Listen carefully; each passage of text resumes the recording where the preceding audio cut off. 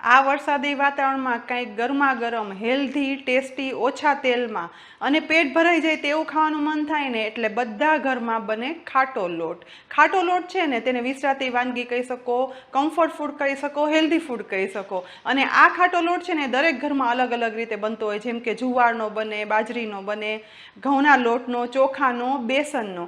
પરંતુ આજે હું તમને એક અલગ જ રીત બતાવીશ. મારી રીતથી તમે ખાટો લોટ બનાવી અને જુઓ. વધારે હેલ્ધી, વધારે ટેસ્ટી અને માત્ર 5 થી 7 મિનિટમાં બની જાય. તો ચાલો આજે અલગ રીતે ખાટો લોટ બનાવીએ.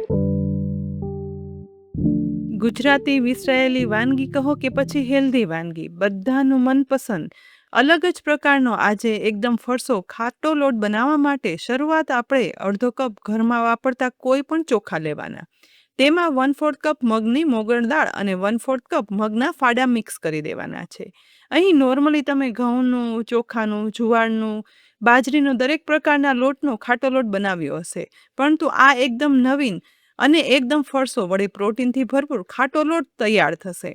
આ ત્રણેય વસ્તુ બરાબર મિક્સ થઈ જાય ને એટલે લીધેલી વસ્તુને કિચન ટોવેલ ઉપર રાખી દેવાની અને બરાબર ઘસી અને સાફ કરી લેવાની છે. આ રીતે ઘસવાથી ઉપરનો બધો કચરો છે ને તે દૂર થઈ જશે. હા, આ સમયે તમને એવું લાગે ને કે ચોમાસું છે તો દાળને થોડી શેકી પણ શકાય છે, પરંતુ મારે એકદમ ક્રિસ્પી દાળ હતી એટલે કંઈ જરૂર નથી. સાફ કરેલી આ દાળ ચોખાના મિશ્રણને મિક્સરના ગ્રાઇન્ડિંગ જારમાં ઉમેરી દઈશ અને ઢાંકણ ઢાંકી એકદમ સરસ પીસી લેવાનું. પીસ્યા પછી જુઓ એકદમ સરસ ગ્રાઇન્ડ થઈ આવું થોડું કરકરા જેવો લોટ તૈયાર થશે. દાળ અને ચોખા છે ને એટલે એકદમ સ્મૂથ નહીં પીસાય, આમાં થોડા કરકરા રહેશે ને તો ખાટો લોટ છે ને તે ખાવામાં એકદમ ફરસો અને મસ્ત બને છે. ફરીથી મિક્સરનો જાર લઈ તેમાં આદુ મરચાં વધારે પ્રમાણમાં ઉમેરશું, કારણ કે ખાટા લોટમાં તીખાશ છે ને તે આ મરચાંની જ આવશે.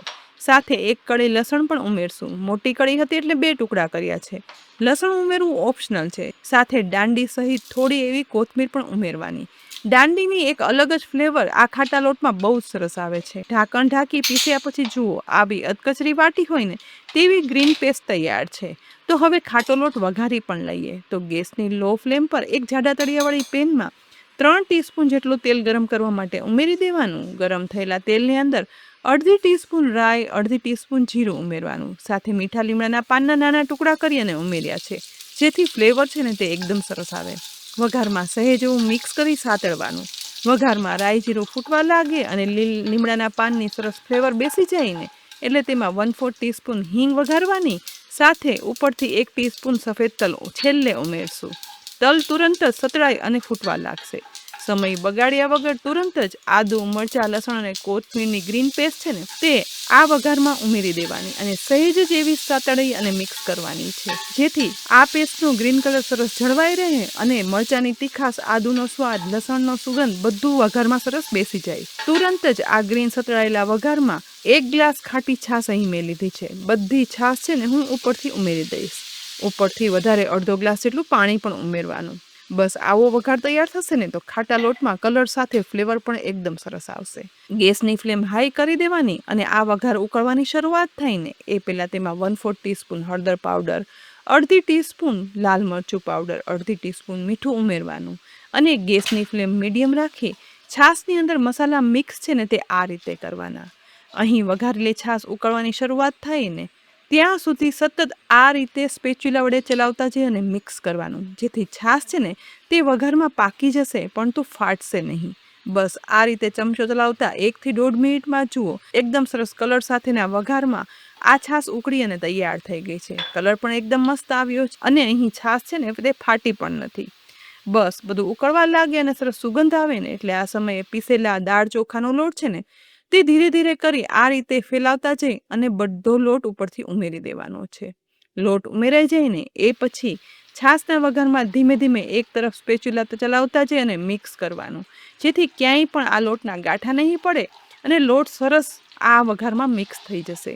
ધીમે ધીમે બધી છાશ છે ને તે લોટ શોષવા લાગશે અને મીડિયમ થિકનેસની કન્સિસ્ટન્સી વાળો લોટ બધો ભળી જશે અને લમ્સ પણ નહીં પડે અને ફ્લેવર પણ સરસ આવશે.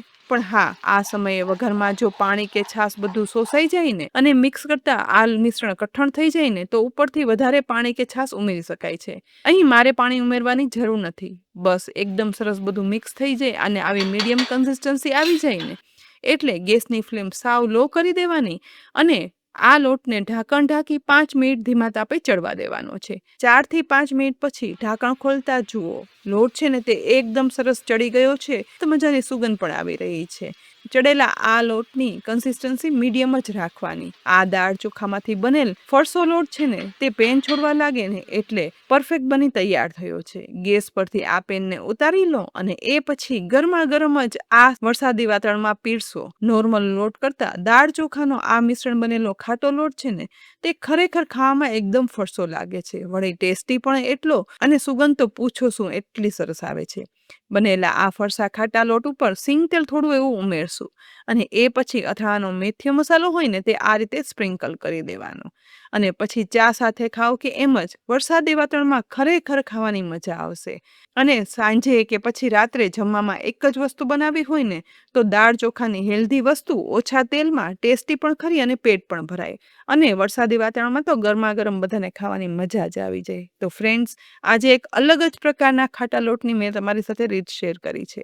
ચોક્કસથી બનાવજો અને પછી કોમેન્ટ બોક્સમાં લખી અને કહેજો કે આ રેસીપી તમને કેવી લાગી. રેસીપી ઉપયોગી જ છે અને દરેક ઘરમાં બનતી જ હોય છે. માટે આ રેસીપીને લાઈક કરી શેર કરી દેજો. કિચન સિરીઝ યુટ્યુબ ચેનલને સબસ્ક્રાઇબ કરજો અને સાથે અમારા ફેસબુક પેજને લાઈક કરી અને ફોલો કરી લેજો, જેથી આવનારી અનેક ઉપયોગી રેસીપીના અપડેટ્સ તમને તુરંત જ મળે. આવતીકાલે ફરી મળશું એક નવી રેસીપી સાથે. ત્યાં સુધી આવજો.